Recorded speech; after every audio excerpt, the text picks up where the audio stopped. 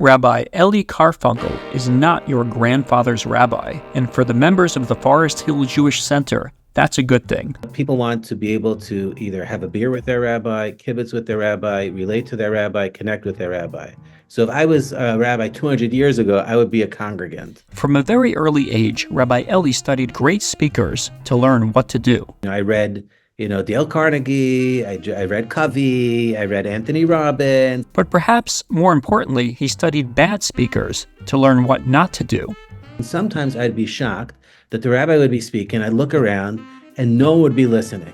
So I learned a lot about public speaking just by looking at other people and saying, does this person realize he's talking to no one? He's funny, but he doesn't tell canned jokes. A lot of people, do prepare jokes, and they land it. And it's really amazing how they land a prepared joke. And I can't do prepared jokes. He's great at engaging audiences, but he's not a formal type of speaker. Elie Karfunkel is not someone that's going to go into a place to be hired as a scholar in residence, per se. Elie Karfunkel is not someone that's going to be a keynote speaker at an Inspire convention. So then what do the members of Rabbi Elie Karfunkel's shul get when he stands up to speak? They get the one thing they can't get anywhere else. They get him. So I'm me. I'm in the act. So I'm in the Drasha. I would say 95% of my message is giving over me that week and how it ties into the Parsha. For Rabbi Elie, the Drasha is the highlight and one of the most important parts of the week. I don't think that means he actually prepares anything until the last minute. Okay, it's a big confession. I wake up Shabbos morning, have my coffee, and I think what I'm going to say. For Rabbi Elie, the Drasha slot is where he recreates the warmth, liveliness, and inspiration of the Shabbos table he had when growing up. I would love my Shabbos meals. Friday night, Shabbos morning, it was a place where my parents kibbutz with us and we spoke. And in this episode, you'll learn Rabbi Karfunkel's storytelling practice for turning any story he hears into his own. You'll discover a simple mindset you can adopt right now that will enable you to deliver really transformative Divrei Torah without hours of over-preparing and overthinking. And lastly, you'll learn a different goal to aim for with your speaking, which is more aligned with what your audience really remembers long after your drasha is over. I learned so much from my interview with Rabbi Karfunkel. You've asked me around 15 questions. Each question is piercing my neshama. And I'm sure you will too. So now, without further ado, here's my conversation with Rabbi Elie Karfunkel. We're starting. Thank you for having me. It's a great honor. Topic that obviously I think a lot about. I think about, there are people that are getting their connection, 20 minutes a week. Some people 20 minutes a year on Rosh Hashanah Yom Kippur and stuff like that. And so it's a responsibility. It's exciting to be able to be the catalyst that really drives them to have a good week, a good month, a good year. So I grew up in Staten Island, New York. I grew up in a shtibel, Rabbi Isaacson shtibel, 2 blocks from my house. And I had another shul that I went to, Young Israel, Staten Island. I was blessed that from my closest friends was the rabbi's son, Donnie Marcus, who him and his brother started Reshet Yerushalayim, and I spent a lot of time in the house of Rabbi Marcus. And Rabbi Isaacson, he didn't really give drashas on Shabbos, maybe in Shalosh Shidduchos and stuff like that, and he spoke good English, but spoke 6 languages. Yiddish was his first language. But I remember finally when my father made the transition that we were going to go Shabbos morning to Young Israel instead of Shabbos morning to Isaacson Shul, and hearing my Marcus speak and being so passionate. I remember 8, 9, 10 years old. I was like, this person's, influencing me with his words, and I was very inspired by him. So I grew up in Staten Island. I had amazing rabbis in elementary school, amazing rabbis in high school. I went to MTA. My 12th grade rabbi in particular, by Meir Schuller, had a big impact on my life. I went to Neve. I tried to get into Neve for girls. That didn't work out. Neve for boys I went to, and I had very inspiring rabbis there. And then I was going to go to law school. So I figured, let me go to yeshiva now, even though some of the guys were sort of Queens College and stuff like that. I went to, and some guys were going back Shana Gimel. I was Shana Beis and out. That was the goal for a year. And the year after, I went to a Rabbi Wein in Muncie. There I got my, I learned. I was studying for my LSATs, and then switched that around, didn't go over LSATs, got my smicha, and then along the way I got married, Baruch Hashem, to my wife Rivki, and we wound up going to a small town called Oshawa, Ontario, for our first 3 years of after we spent there like a year in Colo and Muncie, and then 3 years in Oshawa, Ontario. Total from population were at that point 3 people. We had my wife and I, and my son. There are a couple of more amazing people along the way. That's where I learned really how to be a rabbi, because I went from Muncie, New York, where 90% of the people are Jewish, to Oshawa, Ontario, where 90% of the people didn't know what a Jew was. So it was quite the contrast. I learned about Jews that weren't from, my whole world was being around, Orthodox Jews. I had some non-religious people on my block that we got along with. But it was a real eye-opener for me and real big education for me, and the shul was amazing. But I used to drive into Toronto every day to make minyan. It was around 45-minute drive, because we didn't have regular shachris. We only had shachris in Oshawa when there was, let's say, yurtzeit or something. We'd make a minyan. So I would go in every day. I wound up learning in the Kolo there, finding chavrusa, getting a part-time gig with NCSY in Toronto. And then after 3 years, someone made me a pitch, a guy, Yaakov Kaplan, whose grandfather was the visionary Joe Tannenbaum. Why don't you move into a secular area in Toronto and start a shul from scratch with your wife? So I said, Rivki, let's do it. And I've been in this part in Toronto, Forest Hill, for the last 23 years. So that's basically my life. Wow, my life is really boring. It's 30 seconds. So what was the role? I'm curious, the role of the rabbi in the small shul where you didn't even have a minyan during the week, and no one was really from. What was the role, and what was your goal for the position? Okay, so first, I'm looking for a job. So the job as a rabbi, when you decide to be a rabbi, you go where there's a shul. And it was blessed because I had 3 job opportunities, all smaller job opportunities. They called me up and they said they wanted us. Happened to be that Asha was a 45-minute drive from Toronto. Maine lives in Toronto, so we thought it'd be really good to be around them. And later, many years later, I found out I was the only applicant, so I was a little bit of an ego hit.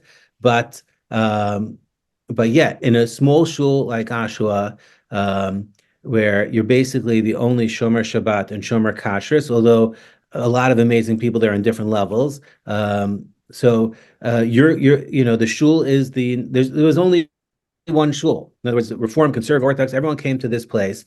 When everyone had a bar mitzvah, yeah, you could hire a Toronto caterer, but most of the simchas, most of Hanukkah, Purim, everything, the ladies came to the shul and cooked in the shul to keep it kosher. So there was a real feeling of this is one big family.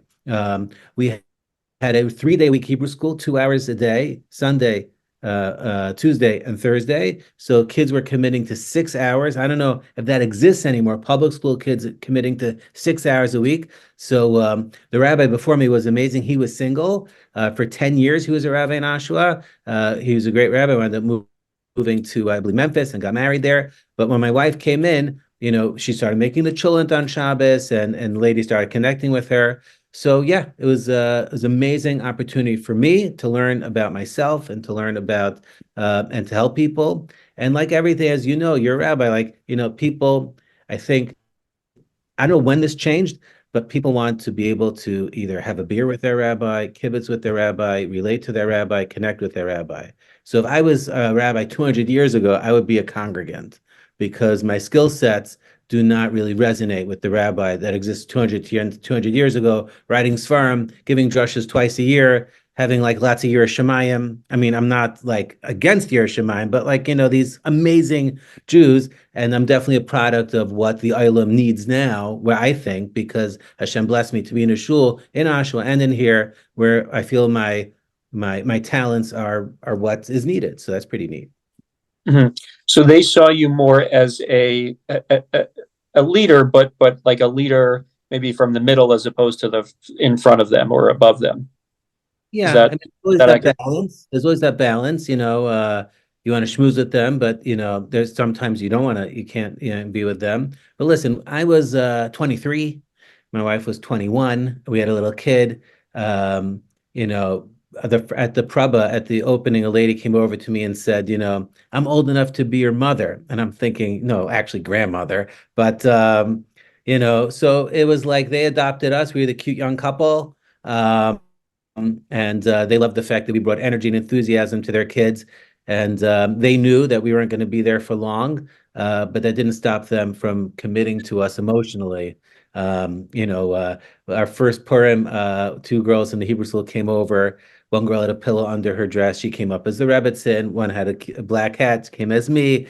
And I was like, okay, like we're a part of their lives. And so still today, we have people that we stay connected to. Sonny, my rabbi, Rabbi Wine, I remember him saying that when you go to a new shul, that you should not stay involved in the old shul.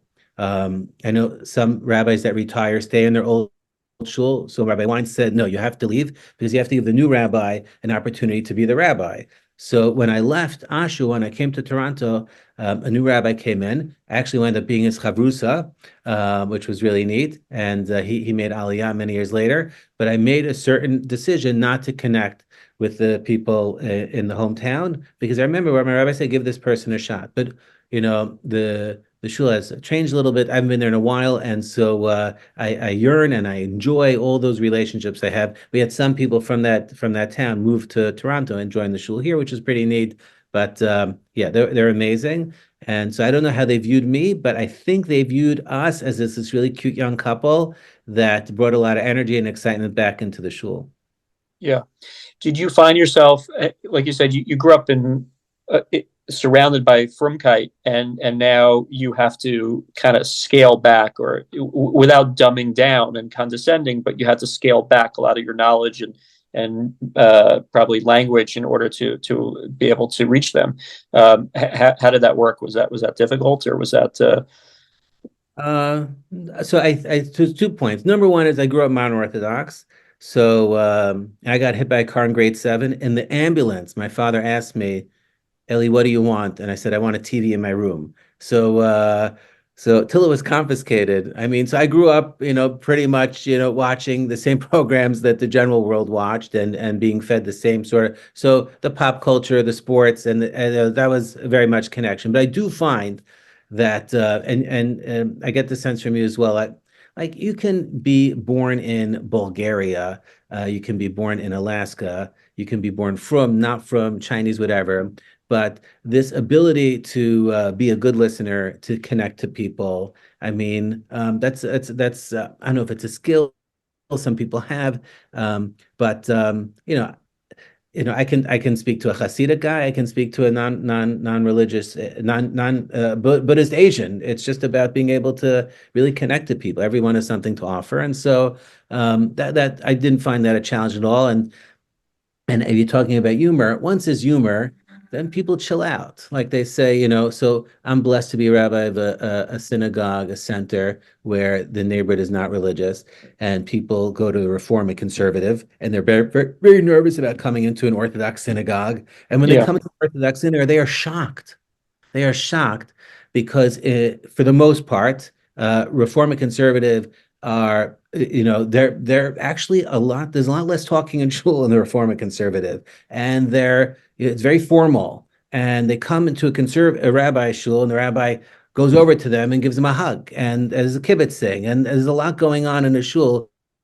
I mean, our shul probably needs to improve on a lot of things, but there's a varmkeit that you get in a shul that is very disarming. So you have a non-from person walking to Orthodox shul, they are so nervous. They're nervous about getting an aliyah. They're nervous about doing psicha. They are so nervous. Just I want to sit in the back and then there's kibitzing going on, and they wind up laughing at something. They're like, "Wow, shul's fun," you know. And then boom, then you hit them with something spiritual. But I think we're talking the same language there. Yeah, got it. So when you went out to this first position in Ottawa, Ashua. so how did you approach the Drasha slide? Did you have prior experience, or did you take homiletics, or public speaking? Did you learn on the job? How did it all unravel? Thank you for asking. So first of all, I was a rabbi in Oshawa, Ontario. Oshawa is a Yeah, small. Ottawa is I think 5-10,000 Jews. It's a big place. You're yeah, not a kid, so Oshawa. So okay, so I again I was always like I don't know, the kids would maybe run out during the sermon. Every time Rabbi Marcus would speak in Staten Island, I'd be like, "What is he going to say?" She's very passionate, right?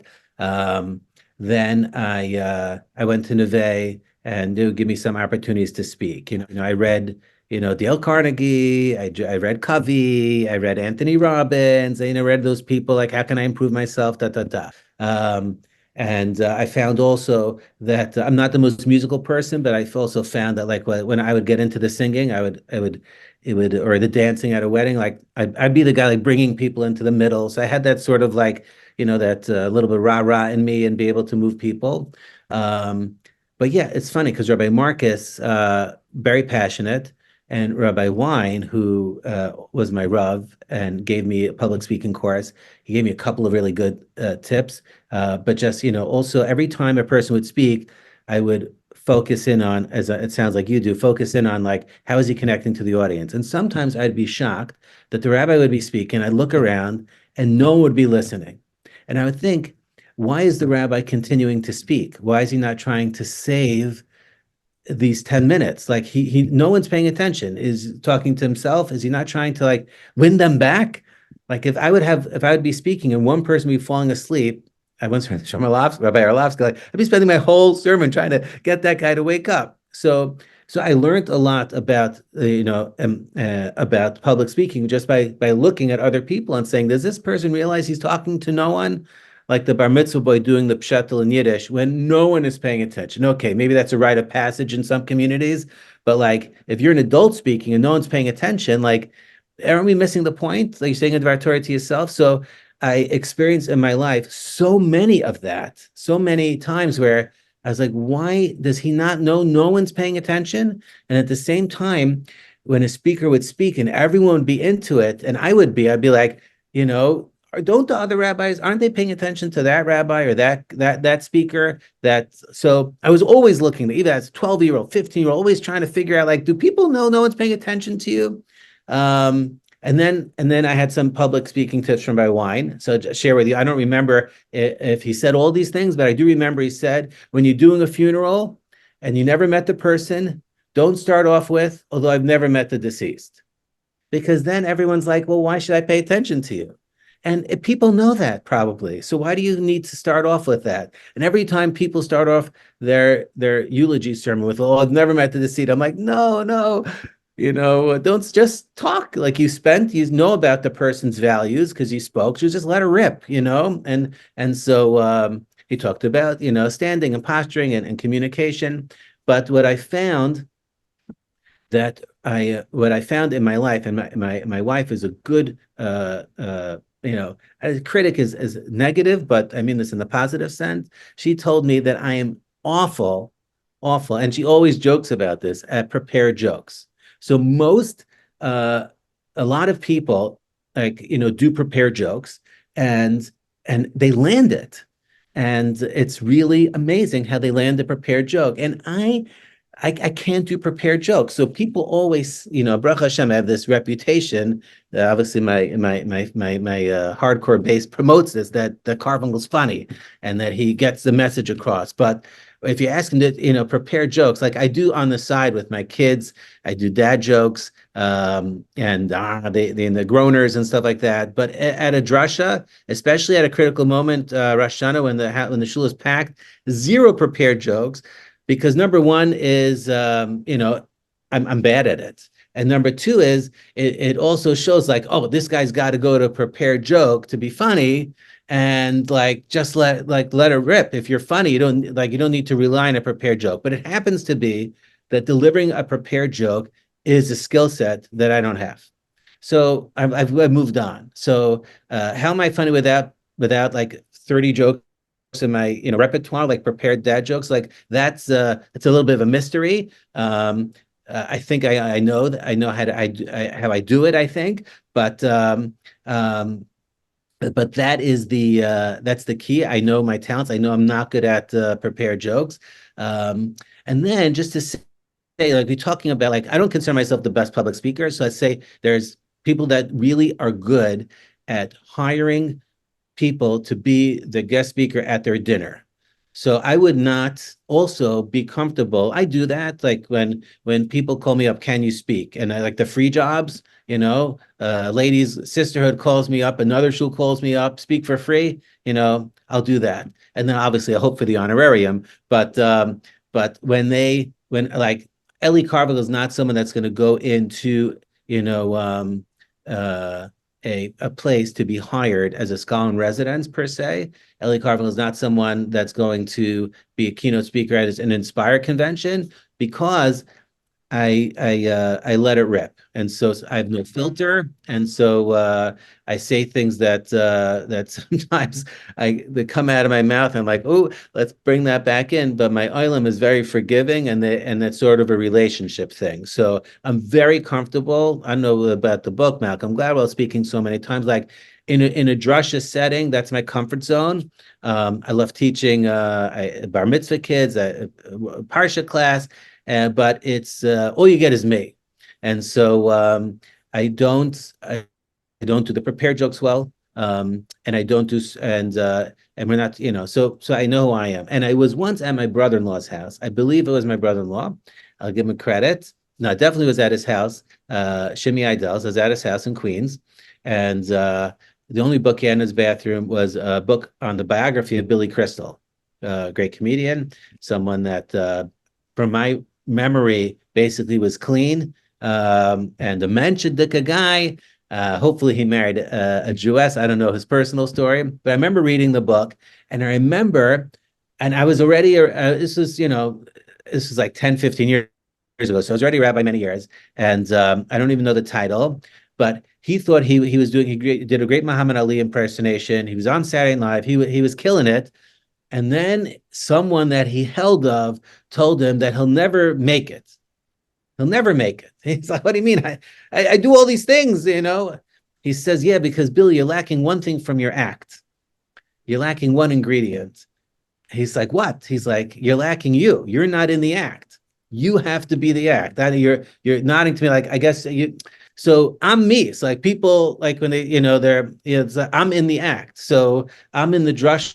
The drush is about me and my foibles, and Baruch Hashem, I have a lot of foibles, and I forget things. And as a rabbi, you're being more sensitive and more aware when things happen. That you're like, not that I can use this for a sermon, but you're more sensitive to events that take place in your life, and then you extrapolate those events and you give over a message. So I would say 95% of my messages, 95% of my messages is giving over me that week and how it ties into the parsha, and to give people a strong message. Now, Baruch Hashem, we have a kollel in our shul, and we have a Rosh Kollel who grew up in the shul. His name is Rabbi Meir Goodman, and we have learning programs and stuff like that. But I've always felt that the Drasha time is a time to inspire. And I know my audience, know thy audience. I know that the people coming in want to hear something. They want to laugh. They know they're going to be hit with the message. And then I'm gonna make them. I'm gonna make them laugh. Hopefully, make them cry. And then the sermon's over, and it's 15 minutes. It's not schleppy. I always hear the voice, "Go on, go on." But and it's a nice message, and it's not heavy. There's never a moment of like where the rabbi is giving over the content, and that's 7 minutes of like, get back to the good stuff. Start your sermon nice, and then come back with something. So no, I want them paying attention the whole way through, and they get me. So I don't think this is a chiddush from Billy Crystal, but when I read that, I'm like, yeah, because I actually grew up in New York again. I grew up modern Orthodox, and I was listening to a guy that's a little bit more schmutzy on the radio, and not a lot because I was into, but this guy became very famous, and then I chapped, Lemafreya, retroactively, that he had that same thing that the Billy Crystal gave him advice. He was the Right. act. Right. I worked for that fellow, believe it or not. In a previous lifetime, I wrote for that radio show host. outside of the schmutziness, do you agree with my assessment of The why he schmutz itself wouldn't have propelled him as far as it did. It was the honesty, the feeling that you were getting a glimpse into who the person was and who he worked with and his crew and the authenticity of it all is what I think really the schmutzy stuff is probably what was the gift wrapping that made it attractive to people.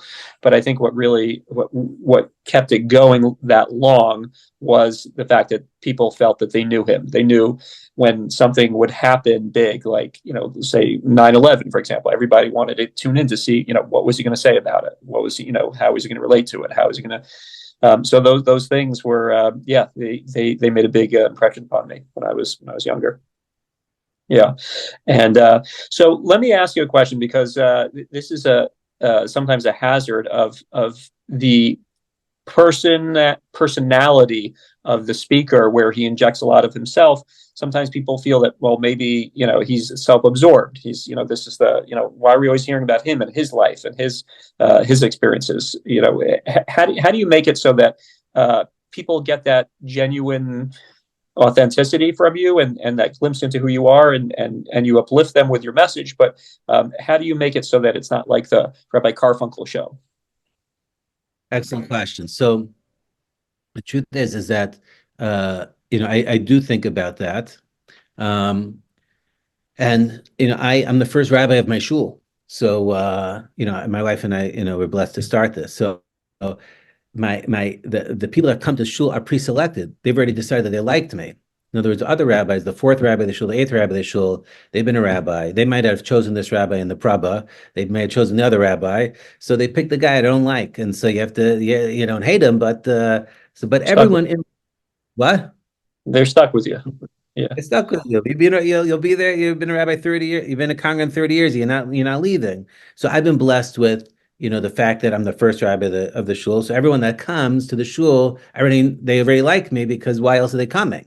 Yeah, they might come for geography and look blah blah blah. But so I merit that I feel a oneness. So I would say like this is that if you number one is if in Mitzias you're pretending to be the rabbi that's has these foibles and that uses that as a vehicle for the drasha, but in your real life you're not you don't when you hug someone you're doing it as a b'diavad and you don't care about them.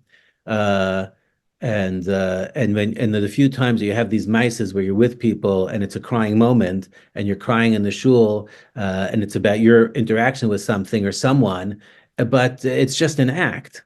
So that's when I think that people resent. I mean, people resent you and like, okay, this guy's self-absorbed. But if this is how you are, you know, then people are okay with it because it's the real you. Now, when you talk about, I use my foibles. Yeah. So last week I did my sermon was highlighting, a great act of sensitivity by a gadol. So it's not just the Elie Karfunkel act, but the Elie Karfunkel act, whatever, started last week because I was in Florida and I wasn't feeling well in the Uber and I left my phone in the Uber. And then I only realized that when I got into the airport at Fort Lauderdale coming home. And then the lady that helped me out, to get the phone back, and my car set off to her, and the whole craziness of I lost my phone in Uber, and I got it back 8 minutes later. And in the phone in the packet, you have your driver's license, your Nexus card, blah blah blah blah blah. Your whole life is packed in that phone, and in the back of the phone. So I think if I was, you ever heard the term T4? So my kids taught me about it. So let's say I'm talking to you, and I'm talking to you about my thing with the flight, and the plane ride, and then I drop it as coming back from my condo in Bell Harbor from Florida, or I was going first class. I mean, if you're dropping things to like T4, like you should know that like I'm coming back from Paris and all these fans. So if there's like a lot of T4ing going on in your sermons, then like you're name dropping, and so that's pathetic. And then people can sniff that out, little kids and adults. So when you're giving over your story, when you're just into the story and you're not T4ing, so then you come off real. And if you're real in real life, then I find that now obviously people come to shul with with this rabbi is this, or I don't like sermons. But for the most part, my shtick is my shtick. That's who I am. And what's interesting is that I find that the worst thing a rabbi can do, and I've seen this because I'm 51, is try to do prepared jokes when they're not good at it. And then there are certain non-funny people that are not good at prepared jokes, and there are certain, I don't know, funny people. I don't know if that's about being a bal guy though, that are also not. That, for instance, my Rosh Kolo, is a totally different style than me. His name is Mayor Goodman. I can listen to him for 5 hours. He's a maestro with English and Hebrew words, and the way he develops things. It's like, oh my gosh, like, but he doesn't try to be me, and I don't try to be him. So he doesn't try to be, Seinfeldian or Billy Crystallian or whatever. He is him, and so I found that people always say that the best drasha is when you make them laugh and then you come in with a message, then you make them cry. And that expression that a dress should be like a plane ride. The most important thing is the takeoff and the landing, which is most people fail. They just worry about the flight. I mean, the most important thing with the drasha is the takeoff, but I would say even more than the takeoff, the landing. Sometimes you hear the rabbi, I just want to say one more thing. I just want to say one more thing. And everyone's like, land the plane, land the plane. My kids know about this analogy. It's not the most unfamiliar analogy with pulpit speaking, especially with rabbis. But my kids, they just have to say, even if they're 14, they just have to land the plane. And I know I bombed, or if they're speaking about someone else, just land the plane already. So people don't go in with the game plan. But the main thing is with public speaking is know your skill level. Like this, don't if you're don't try to be funny if you're not funny. And it wears at people. It's like your nails on a chalkboard. Just be you, and that's what people want. I think deliver a nice message, be you, and be you doesn't necessarily mean being an open book like I am. But if you're you and you're delivering a nice message and you don't speak for half an hour, everyone's gonna be your fan. Yeah. So I have a couple questions. So back in the shul in Oshawa, did you start off with the kind of freewheeling open book type of speaking, or did you evolve into it? So very good. So everything is ever evolving. I'm always working on honing that skill, whether subconsciously or consciously. So no, first of all, and I was in Oshawa, the internet didn't exist yet, or it did. It was like dial up and it was like slow. So like, what do I do for material?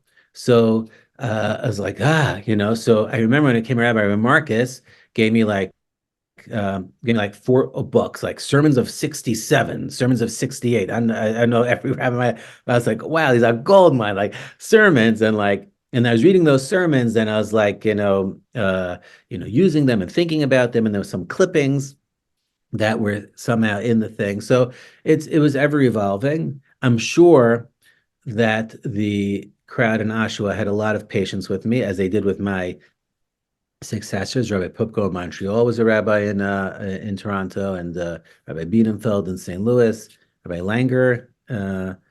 These are all rabbis that start off in Oshawa. So yes, I developed definitely. I think if someone would have spoke in the middle of my sermon my first year, I wouldn't know how I reacted.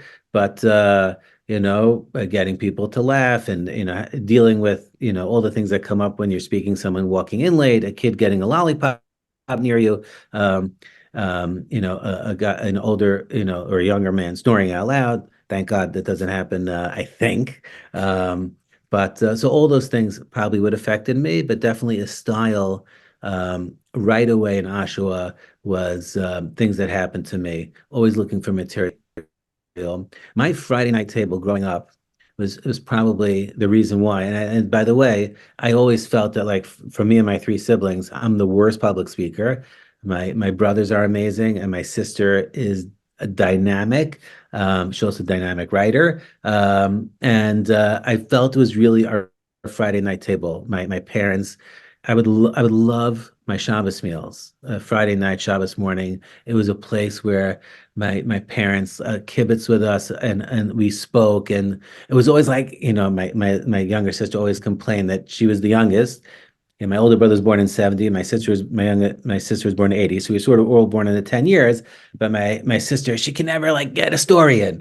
I was like, but this happened, but this happens. Like that was this, I'm sure a lot of Shabbos tables are like that. So that's definitely, and my dad would say over stories. And what's amazing is that, every dad says, you live with your father long enough, you hear the same stories over and over again, and it would just be like, it's like a good child's book you're reading again and again. So, so I definitely start off that model right away.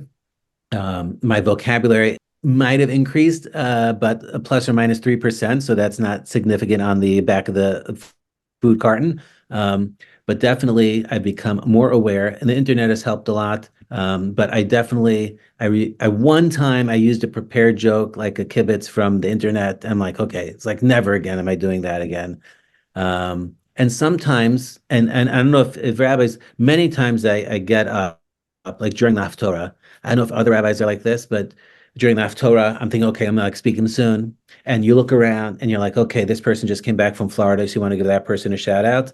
And this person's sponsoring Kiddush, but the president didn't be precise in why that person's sponsoring Kiddush. So I'm going through that little the pre-sermon stuff to make sure everything is good. Thank God my president is, I don't have to worry about so much of that, but in case there's one or two things missed. And what was I going to say? So that's like the pre-sermon stuff. What was your question again? Am I just Well, I was rambling just asking how you evolved from the beginning when you started speaking to your style now. Did it start off more formal and then you kind of evolved into the more the freewheeling? answer is yes. Yeah. Because of because I'm fascinated with looking at great polished speakers. Obama, great public speaker. Charlie Harari, a great public speaker. But everyone and anyone that's speaking about anything, I'm really honing in on. So I'm always fascinated. My father-in-law is an architect, and every time he goes into a house, he's like banging the walls. He's like checking things out. And you and I, you're a comedian. I'm a rabbi. You're a rabbi. Public speaking. Like, what's this guy's special sauce, and what is he doing, and this and that. So I'm always learning. So and like all when I was 22, I guess my biggest challenge was not realizing that I couldn't be humble to say that these guys are great. So like if I would have listened to Charlie Harari when I was 22, I don't think he was yet famous when I was 22. I think he's my age. I would have listened to him. I think he's a great public speaker. I was teach his own, but I think he's great. I think most people do. I would have not, I would have been like, I'm a rabbi. Like my ego would have gotten in the way of me, like, just relax. He's great. And he has his style, and just enjoy and learn and appreciate. So now I'm actually enjoy listening to other people that are good, because look, I'm already 51. If I'm going to be jealous of other public speakers, like I got to grow up already. So I think that I don't know if I was jealous then, but like, nervous energy, like who's this guy that thinks everyone should enjoy me. So like, whatever, now I'm just going to enjoy them and learn from them. Yeah. So let me ask you, in terms of, I heard, I think I heard one of your, I don't want to call it lecture presentations, for Torch. I think it was like an inspirational type of speech that you gave. And you told a story about, I think it was an Australian athlete who basically made it because everybody else fell out. Yeah. Crazy, huh? Yeah, that was a great story. So you say you don't tell prepared jokes, and I guess but you'll tell stories. Your humor will emerge from your own personality, but you'll tell stories that you find. What's your approach to telling stories? Do you try to how do you approach that? Okay. So when I see, stories don't require you to own the story and to create the punchline. When you're hearing a joke, that pregnant pause right before the punchline is and is all about, that's the delivery. That's where you gave the audience 3 minutes for those 4-second punchline. And so that is like, for me, it's like singing someone else's song, and it's very hard for me. But when I hear a story, and I like that story of the speed skater there, it resonated with me so much. So I owned the person. It was like, I forget who, but I once heard, a complaint about davening. It's the same words, but someone said, well, every time you say Gomel Chasadim Tovim, just think about something that happened in your life the day before that you want to thank Hashem for. Don't just thank Hashem for health. Thank Hashem that you found your car keys. Thank Hashem that you had a great cup of coffee.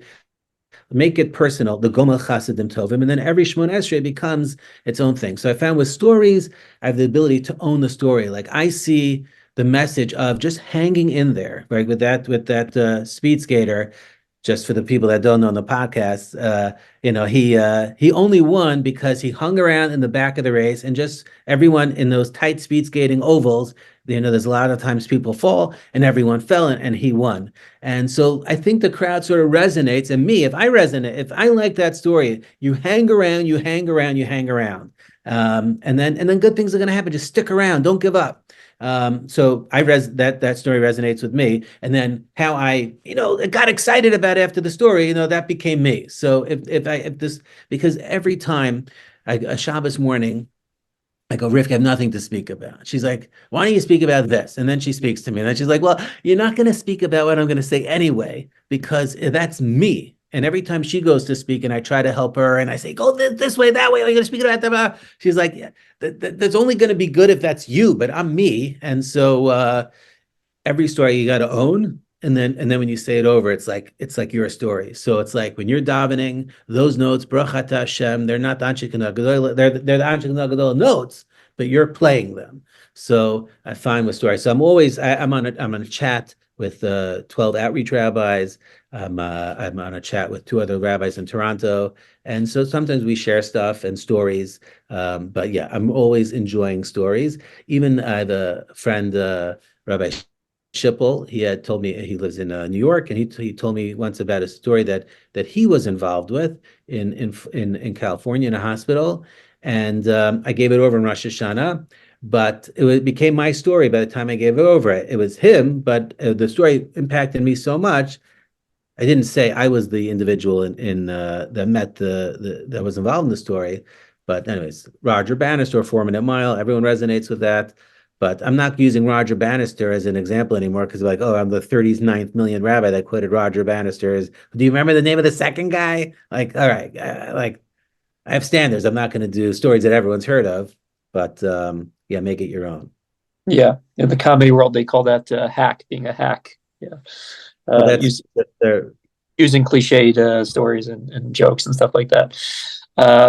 So I want to bring up something that you may have just given some of the listeners a heart attack by saying, it's Shabbos morning, I don't know what I'm talking about. Now, how do you get to the week where you have to speak and you still don't have something Shabbos morning? Is that, do you not prepare during the week, or do you what's your process like? Okay, this is it's a big confession. I think that's not the right religion, but I feel I'm very different, and that's why I know me. Like I wake up Shabbos morning, have my coffee, and I think of what I'm going to say. So there's no major like 10 pages of notes. I forget who. I think there's a lady, Aliza Bulow. I think she told my wife once about giving a chumash shir. She's like, you're giving a chumash shir. You think you have to prepare 7 hours, but you've been preparing 45 years. I mean, you're a rebbe, and you're learning chumash. So how long I've been waiting to give this sermon this Shabbos? I've been preparing 51 years of my life to give that sermon. So, I wouldn't recommend, for people that, were going to blow it. But, I took any rabbi in the world and I said, go speak for 20 minutes about this week's Parsha. They might need 15 seconds, but they could let it rip. So, and do a good job, and go with something that happened to them, and deliver a nice message. So, so I rely on that a lot. So it happens to be this week, I saw an idea on the Krushim, about mistakes, erasing, and I'm like, okay, you know what? Let me in my head think about, as I'm plying through this week, mistakes that happened in my life, and it's okay to make mistakes, and it's tzaddik fall 7 times, so it's sort of like in there. But many rabbis will tell you that you get up there and you just something takes you and you go in a direction. But when you play that game that I do of not having your sermon ready Thursday night or Friday, when you play that game, it does backfire in two ways. A, you might deliver a chillant message where your story doesn't really connect to your Divrei Torah, and everyone's like, what he was good, but it was a little bit, not didn't fit into something simple that they can go home and repeat. And then also, you don't land the plane. So, and then the sermon just goes on and on and on and on. So I do roll the dice a lot, but I don't think I rolled the dice. Talk about I don't think I rolled the dice when I was in my 20s or 30s. I don't say roll the dice. My congregant's like, you don't respect me enough to prepare a sermon Thursday night. I say, well, this is, so I'm prepared, been preparing 51 years to give this sermon. And, hear another idea pops into your head, and I'm Marva Sedra. So I'm looking at the Chumash the whole week, a day. I do Rashi. In the car, Baruch Hashem. I'm not listening to sports radio so much. I'm listening to shiurim. I'm exercising. See, that was a T4. I just mentioned the exercise, but my little exercise. I'm thinking about my life and stuff like that. So I'm not just listening to the music. So I'm in the parsha. And something might resonate with me that never resonated with me before, about the Mishkan, and so just different things pop into your head during the week. So it's not, but I don't sit down for an hour and a half Thursday night and say, okay, what am I going to speak about? And the times I do, what I find when I do that for Rosh Hashanah Yom Kippur, sometimes I come out sounding very mechanical. I don't know if that's the right word.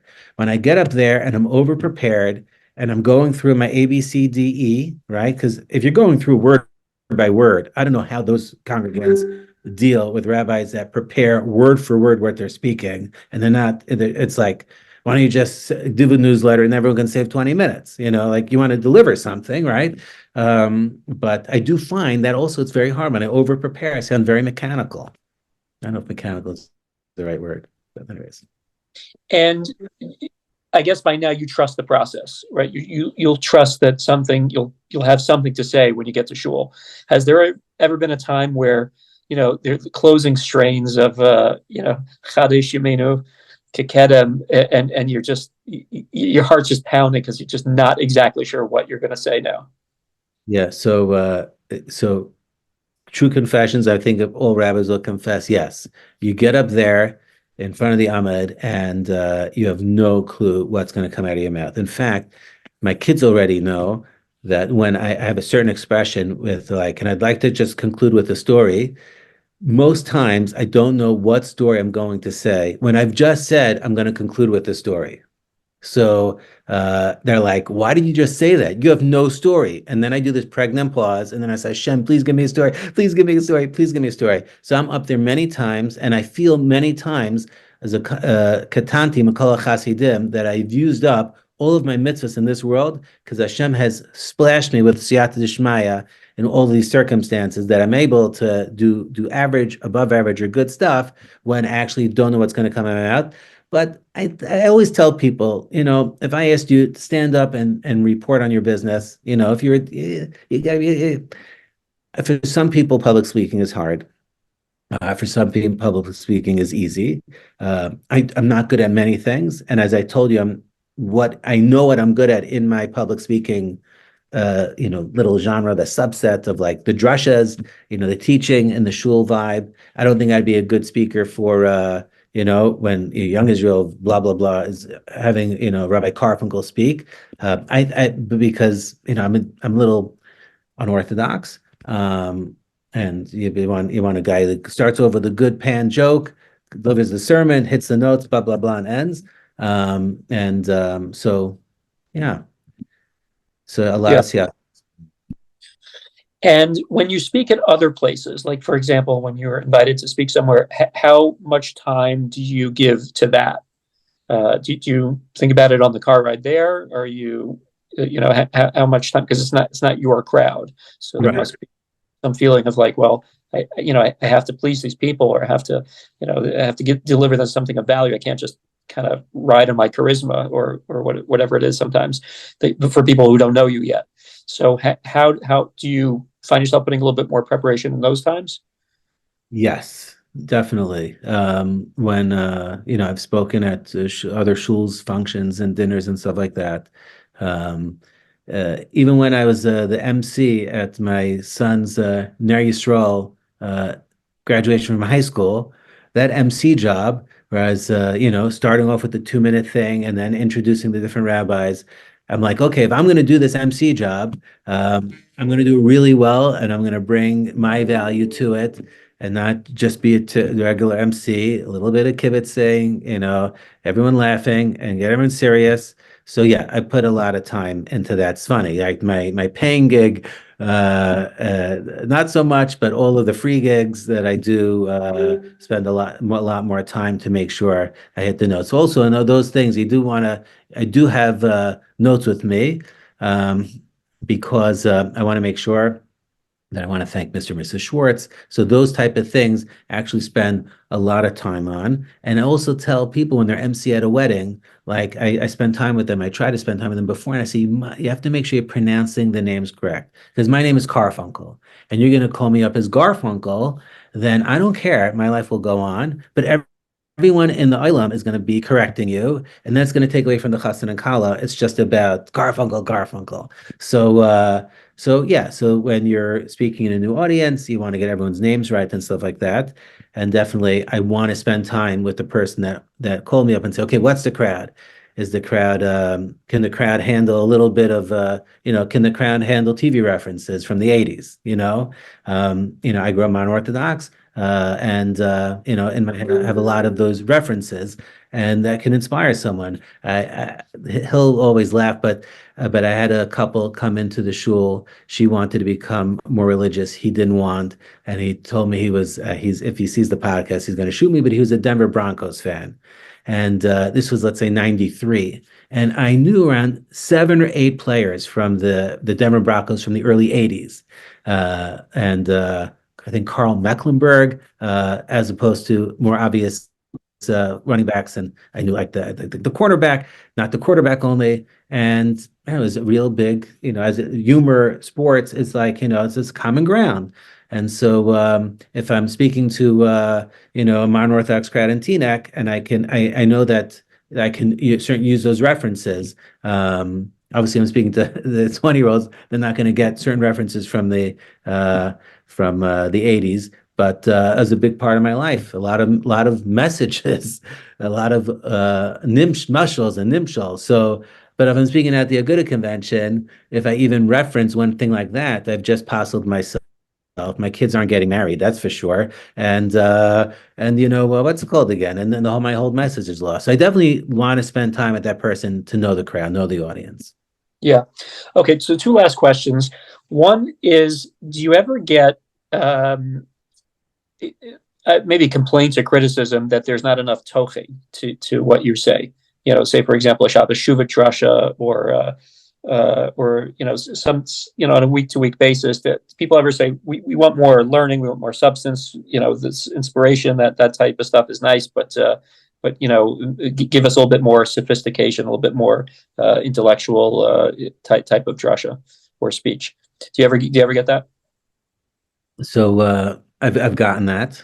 It's interesting because I give a parsha class before davening, and that's like really amazing stuff, like Rav Dessler and the Siva Shalom and the Nitziv. And I feel like that's, those are the times where I'm giving over Tochen. Like, on a, like, it's not, there's obviously jokes on me, but I'm giving over more stuff. And I'm like, if those, I want the people to know that I can deliver Tochen. I just choose to do this style. But yeah, I find that the tochen is subtle. Like if you strip away a nakuda, a point, of the tochein machshava that you're rolling with, it comes down to two sentences. So yes, you can use a bunch of rayas and follow it up, like when we gave a chabur in yeshiva, you talk about you make a nafkamina, and then you back it up with like six proofs that of six nafkaminas on your chakira. So, but at the end of the day, when you're giving a chabura, your point can be summed up in two sentences, and everything else is just sort of flash around that. I remember one time I heard from my Rebbe, we have 2 minutes to go, that there was a big debate who should be the Rashiva Volozhin, right? And was it the Sinai? Was it the Okar Harim? Was it going to be the Nitziv? Was it Beis Halevi? And they picked the Nitziv because people understood what he was saying. So no one's ever accused me of over speaking to them. But I think that tochein is very important. But you can't lose sight of the fact that when you're delivering the tochein, there's the tochein just to show your credentials that you're smarty pants, or is the tochein to deliver something real? Because just like you can T4 a message of I just came back from Florida visiting someone in my private jet. Oh, your rabbi has a private jet. He's so too, when you over tochein, it's a little bit of T4. Look at me, I'm a Talmud Chacham. So just make sure you don't fall into that trap. I could probably do a little bit more of that, but I definitely don't want to fall in the trap of me trying to impress people and then come out fake. Right. Last question I have is, how important is it for you that people remember what you say? Are you trying to give them something that they can take away and that they actually remember half a year from now? Or is it just you're just trying to influence them over time, and there's the experience and somehow that makes an impression, maybe sometimes subtle, maybe not so subtle, but it's over time that you're transforming them.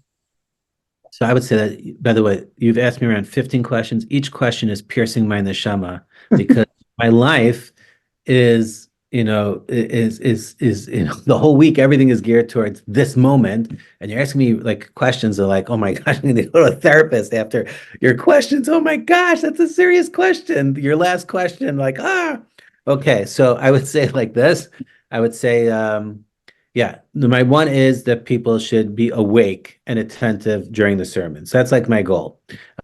And I find that I once heard the name of Maya Angelou, that you might not remember what I said, but you'll always remember how you made me feel. And so that's really, really important that people feel closer to the community, more importantly, closer to Hashem, the geschmack about being Jewish, about coming to shul. So that's an important thing that I want to leave them with. But I do think that midos breaking takes time, developing your character traits, developing your avodas Hashem, and so I just gave a class in bar mitzvah class to my boys, and just someone after davening just now came to me and says, that it's funny because he has a very, very unique Jewish name, the young man Ahaliav, which is coming up in these parashiyos, and he said that you spoke about using your free will, that whole Dessler idea, and making choices, and how many seconds there are in a day. He said he remembered there's 86,000 seconds. So I think that look, I've heard a million sermons in my life. How many do I remember? So I have to be honest with myself. I give over around 500 sermons a year, right? So it's mini sermonettes. Are people going to remember everything? I don't know, but I do want them to feel closer to Hashem after. And if I speak to them 100 times a year and they remember 8 things, but they have 100 spiritual massages and chizuks, then, I'm okay with that. I'm blessed the fact that I have amazing people in the shul, and I think they mostly, like with Mordechai, most of the Eilam likes me. Amazing. Wow. Perfect. Thank you so much. That's a wrap. You've been listening to The Maggid Method, and I'm Daniel Steinberg. There's a secret that great public speakers know. Did you know there's a method for cutting straight through to an audience's heart, grabbing their attention and holding it, and making a memorable impact with your presentation? The best speakers in the world utilize it, and now you can too, every time you get up to speak. Download your free Maggid Method of Public Speaking template at maggidmethod.com, method.com. The Maggid Method will teach you how to find your authentic voice, craft meaningful presentations, manage people's attention, and build unbreakable bonds with your audience. Go to maggidmethod.com and download your free copy now.